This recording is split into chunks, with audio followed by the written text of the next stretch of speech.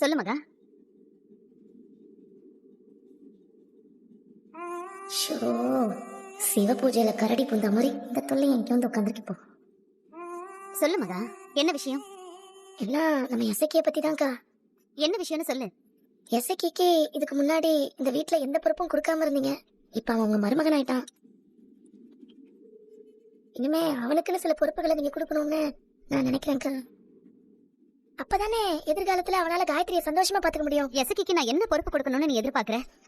அக்கா, மாமா இருந்ததுக்கு அப்புறம் ஆறுமுகம் தான் வியாபாரத்துல உள்ள எல்லா வரவு செலவையும் பாத்துக்கிறான். இனிமே எசக்கியையும் ஆறுமுகத்தோட பிசினஸ் பார்ட்னரா சேர்த்துக்க சொல்லுங்கக்கா. அப்பதானே காயத்ரிக்கும் சந்தோஷமா இருக்கும், நம்ம புருஷனுக்கும் இந்த வீட்டுல முக்கியத்துவம் இருக்குன்னு அவன் நினைப்பா.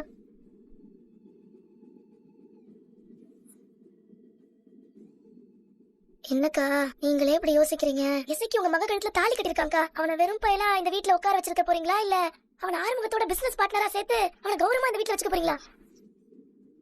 ஏ மகா, இசைக்கு என்ன தெரியும்னு அவனை அதுக்குள்ள ஆறுமுகத்தோட பிசினஸ் பார்ட்னரா சேர்த்துக்க சொல்ற? அவன் இது வரைக்கும் ஏதாவது பொறுப்பான வேலை பண்ணிருக்கானா? சும்மா தண்டமா ஊரு தானே சுத்திக்கிட்டு இருந்தான். வாய முடுங்க. இன்னொரு தடவை என் தம்பியை பத்தி ஏதாவது பேசுனீங்க வேற மாதிரி ஆயி போயிடும். அக்கா பாத்தீங்களாக்கா, உங்க முன்னாடியே உங்க மருமக